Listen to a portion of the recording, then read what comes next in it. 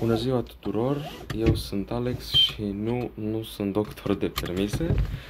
Astăzi am decis să filmez acest videoclip prin care vă arăt traseul meu de examen auto. Eu am luat traseul din a treia încercare și sper să vă placă, sper să învățați ceva din toată chestia asta și da, să-i dăm bătaie, cum s-ar zice. Eu am început examenul de la școala Isaac.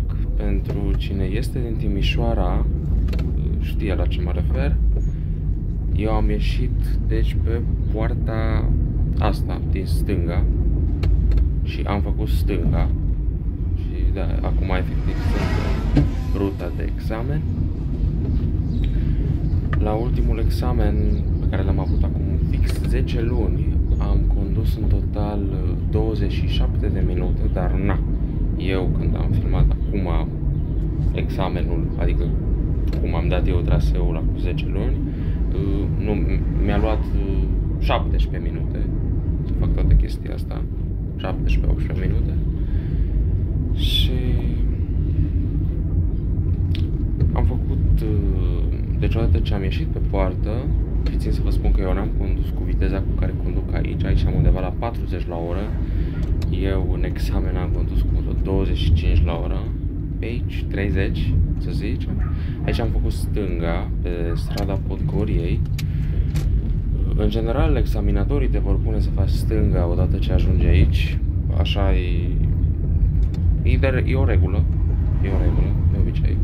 Dar faza nasoală e că aici sunt multe mașini parcate, deci tu trebuie să ai mare grijă. Și țin să zic un lucru, față de ziua în care eu am dat examen și am luat permisul acum 10 luni, astăzi traficul a fost extrem de degajat. Deci, efectiv, nu au fost mașini prea multe, nici de școala, nici de examen, și am mers să filmez videoclipul ăsta exact la ora la care am dat examenul, acum 10 luni. Era plin de mașini, deci acum mai apă de ploaie, tot pe gol. Aici am fost pus să fac dreapta. Nu-i greu. Țin să zic că am avut un traseu destul de ușor. Nu am prins cel mai greu traseu. Dar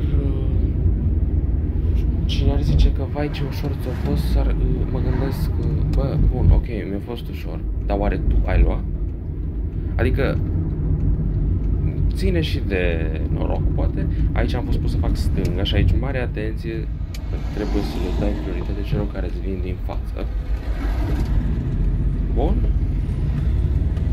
Aici am mers drept înainte și aici am făcut dreapta pe lângă parc. Țin să vă spun un lucru, dacă picați examenul auto, nu disperați, nu vă enervați. Și eu am picat de 2 ori, chiar dacă puteam să nu pic de 2 ori, dar mi s-a întâmplat și am făcut și o să fac și eu alte videoclipuri referitoare la cum am picat. Aici am făcut dreapta pe lângă parc și aici domnul examinator a vrut să mă pună să fac o parcare. Aici, în parcarea care vine acum, asta de pe dreapta. Dar erau prea multe mașini parcate și erau una lângă alta și nu erau fix în marcaj. Atunci au zis că nu mai facem. Văzând mașina asta de școala din față, e un Peugeot și eu am făcut tot pe Peugeot 206. Asta a fost cu al doilea instructor. Aici un Volkswagen Caddy mi-a tăiat calea, a venit de pe drumul prioritar, dar au trebuit să se refugieze.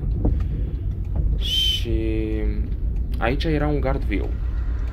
Deci aici era un gard viu pe stânga și tu trebuie să te asiguri prin gardul viu, trebuie să te asiguri în oglindă și dreapta. Eu aici m-am asigurat acum doar din laterale, adică nu m-am mai asigurat în oglindă pentru că ori tăiat gardul viu. M-am mirat și eu că se întâmpla chestia asta. Bun. Aici am mers tot înainte. Eu acum, când am filmat videoclipul, am mers mult mai rapid decât în examen, dar în examen aveam undeva la 30 la oră. Și la un moment dat mi-a apărut de pe o străduță din asta lăturalnică, mi-a apărut un biciclist. Și biciclistul ăla s-a pus pe mijlocul drumului și am mers în spatele lui. Deci nu m-am pus în niciun moment să depășesc. Am zis nu vreau să fac vreo depășire stupidă în examen și să pic pe motivul ăsta. Mai ales că aici sunt și multe treceri de pietoni, și linii continue. Deci am zis nu, mai bine nu. Aici am crezut, aici l-am pus să fac stânga polițistul, pentru că aveam biciclistul în față și se cam siturase de el. Am crezut că aici m-au pus, de fapt nu, m-au pus pe următoarea stradă, dar na. Acum am filmat și eu videoclipul ăsta. Sper să se înțeleagă ceva. Aici am făcut stânga și da, aici e un pic nașpa, pentru că sunt multe mașini parcate. Deci, efectiv, pe toată strada sunt mașini parcate, când sunt pe stânga, când sunt pe dreapta. Bun. Și aici am mers tot în față. Asta da, n-am mers cu viteza pe care voi o vedeți în videoclipul ăsta. Acum eu conduc mult mai degajat, conduc mult mai repede. Asta da, unde mi se permite, unde nu mă avânt să fac viteză. Acum o anecdotă, ca să fiu sincer. Tipul ăsta care vorbește cu omul ăsta care a blocat toată strada, m-a întrebat din mers așa, nu-ți vezi mașina? Auzi tu la el. În fine. No. Bun. După cum v-am spus, când am dat eu examen era mult mai plin traficul, era plin de mașini parcate. Bun. Aici polițistul m-a pus să fac dreapta și rampa asta foarte urâtă, țin să vă spun. Deci în examen era să o fac lată în rampa asta, pentru că nu ținea ambreiajul, nu a ținut. Bun, și aici a fost singurul moment în examen, acum când am și luat, când eu am dat a treia. Deci eu n-am mai dat a treia în rest niciodată în examenul ăsta. Mi-am zis, vreau să vadă că știu să dau a treia. Bun, aici ajungem. Mare atenție că aici sunt multe treceri de pietoni, dar eu n-am prins niciun pieton, deci am avut un singur pieton în tot examenul și puteam să fi picat de la el. Bun, acum dă drept înainte, drept înainte, drept înainte.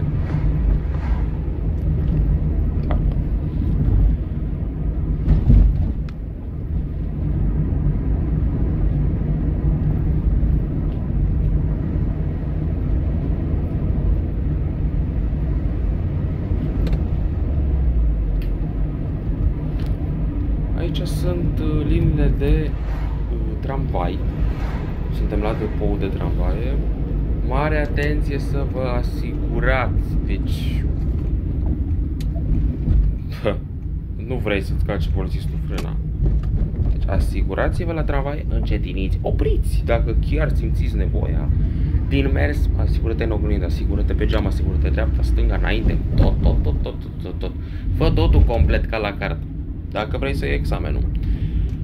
Bun, aici eu am făcut o mică greșeală în examen. M-a pus domnul polițist să fac stânga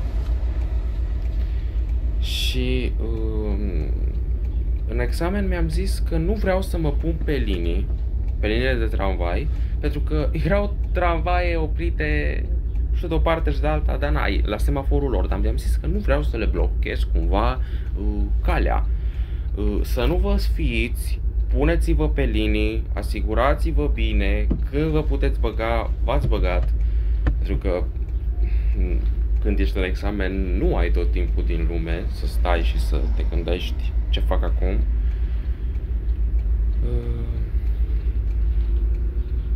În examen vă mai dau o sugestie personală din partea mea. Dacă faci o greșeală, poate nu te asiguri, poate nu semnalizezi, poate îți moare motorul, poate ceva, să nu-ți fie frică, nu te gândi că gata, ai picat, nu. Tu stai calm, conduci, până nu-ți zice domnul polițist sau doamna polițistă că s-a terminat, nu te da bătut, că poate îl iei. Am prieteni care au luat și cu 20 de puncte, în ultima secundă au avut alea 20 de puncte, dar totul se poate întâmpla. Bun, aici eu am stat cam mult de data asta. În examen, când am dat, unul m-a claxonat din spate că mergea pe direcția înainte. Deci l-am blocat oarecum, dar nu s-a pus la neacordare de prioritate. Aici e un restaurant, ceva pe dreapta, și o mașină o ieșit din locul de parcare în fața mea, am pus frână bruscă. Uitați exact unde e acest microbuz acum. Bun. Acum aici am făcut dreapta. Așa. Mare atenție pe străduțele astea. Uitați unde aveți spațiu, cum e aici. Puteți să-i dați viteză, dă-i gaz, că se poate. Aici o trebuie să mă refugiez. Aici, fix aici m-am refugiat, pentru că îmi venea o mașină din față. Am văzut-o după semnal că va face dreapta și atunci m-am refugiat. Mare atenție aici, în schimb. Aici mă pot să fac stânga, domnul polițist, pentru că nu-i vizibilitate.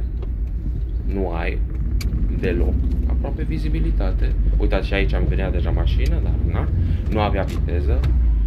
Poate observați că eu nu ascult radio în mașină. Chit că am niște boxe super faine. Preferabil când conduci nu asculta muzică, sau dacă ascult, nu asculta la nivel maxim. Bun, aici am făcut dreapta. Și aici, când faci dreapta, chiar dacă tu ai cedează, să nu-ți fie frică, pentru că din stânga nu are ce să-ți vină efectiv, și din față, dacă îți vine, nu-ți va încărca panta. Bun, aici de data asta au trebuit să mă opresc. În examen nu m-am oprit, în examen am depășit direct pentru că am avut loc. Și aici, la un moment dat, vom reveni în banda noastră. Mare atenție, aici după toate tufele astea ai un cedează în pom. Na, nu-l vezi? Trebuie să dai prioritate celor care îți vin din față și celor care îți vin din dreapta. Da? Bun, aici am mai mers eu puțin în față. La un moment dat mă pune să fac dreapta. Am făcut dreapta. Nu știu cum vi se pare vouă traseul ăsta. Eu când am dat, țin să spun, unul la mână, erau 35-40 de grade afară. Făcusem izolație, pentru că așteptam deja 4 ore jumătate, am așteptat domnul polițist să vină. L-am așteptat, da? Și s-a întâmplat și faza asta că traficul era plin. Deci eu am dat un trafic destul de plin. Bun. Aici, eu acum merg cu viteză, nu mă mai sperii, așa. Depășim frumos.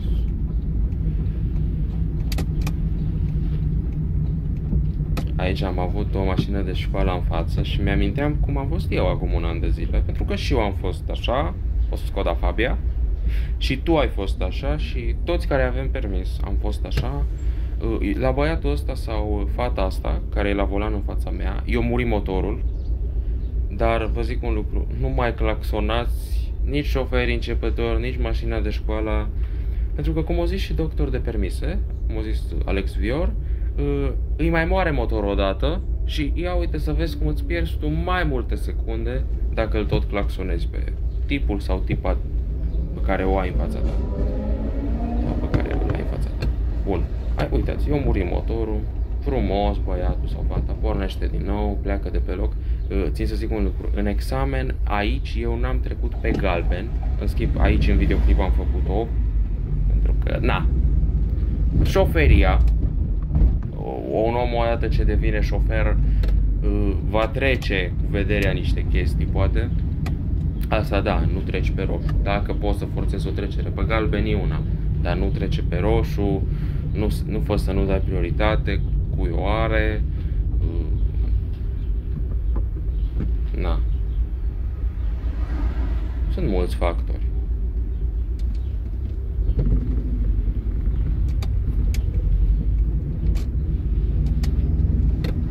Aici la un moment dat m-a pus domnul polițist să fac dreapta. Și tot pe aici, pe undeva, m-a pus să fac o parcare. Da. Nu încă. Nu pe strada asta, ci pe cealaltă, următoarea. Bun. Aici, dacă nu mă înșel, m-a pus să fac dreapta. Da. Aici m-a pus să fac dreapta. Și aici,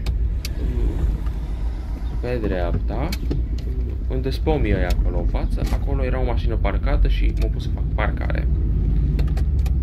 Da, pe aici mi-am făcut parcarea, mi-a ieșit parcarea perfect. Dacă nu-ți iasă o parcare, dacă faci ceva minor, nu te speria, nu te ambala, nimeni nu spune că ai picat. Da? Deci calm, cât se poate de calm posibil. Aici, sau nu aici, nu sunt sigur unde, am avut singurul pieton din examen pentru care eu puteam să pic acest examen, țin să vă spun. A trebuit să mi se întâmple și o chestie de genul. Adică eu aveam cedează, da? Și o trebuit să mă opresc în mijlocul drumului prioritar pentru a-i da prioritatea acelui pieton. Era o fetiță de 12 ani care se întorcea de la școală. Și am avut norocul că nu mi-au venit mașini nici din stânga, nici din dreapta. Bine, dacă îmi veneau din stânga, veneau pe depășire. Dacă veneau din dreapta, veneau pe drumul lor, pentru că prima bandă, adică un sens de circulație de pe drumul transversal, era ocupat de mașini parcate. Nu știu dacă am o exprimare foarte bună, nu știu cât se înțelege, dar videoclipul vorbește un pic de la sine, mă gândesc. Uitați, în intersecția asta eu era să pic. Am avut un pieton fix aici. Bun, m-am asigurat și aici am oprit să-i dau prioritate. De la trecerea asta. Pe trecerea asta au trecut. În fine, mare atenție, nu vă grăbiți pentru că n-aveți de ce. Bun, ok. Nu știu cât de greu vi se pare traseul ăsta, dar când am dat eu, v-am zis, era mult mai aglomerat. Deci acum au fost joacă de copii, apă de ploaie. Dar nici eu n-am mers la ora de vârf. Ora de vârf ar fi fost de dimineața sau să merg seara. Bun, aici am făcut stânga. Și urmează intersecția unde am picat la celelalte două examene anterioare. Eu mi-am zis tot timpul că dacă pe mine polițistul mai pune aici să fac stânga, nu am să-l ascult. Dar în examen am zis, nu mă face pe mine o intersecție. Și m-am pus să fac stânga. Bun. La un moment dat se face verde. Vedeți aici, față de examen, când am fost în examen, eram tot timpul primul la semafor în intersecția asta. Și de 3 ori am fost primul la semafor în intersecția asta. Aici am avut autobuzul în față. Deci, aici, dacă apucă să treacă o mașină, e bine. Bun, și aici am avut ocazia, aici n-ai vizibilitate bună. Și acum că am avut ocazia, dă-i maică la podea, că altfel nu mai treci. Și am călcat-o.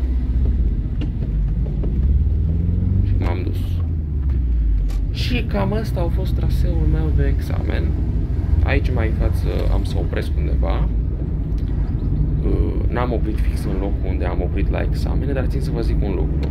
Un lucru care pe mine m-a marcat psihic. La toate cele 3 examene, eu am oprit pe dreapta, sau am fost oprit pe dreapta, aici, în locul ăsta gol. Din dreapta mea. Fix aici, de fiecare dată. Eu am fost Alex, sper că v-a plăcut videoclipul și până data viitoare vă doresc toate cele bune.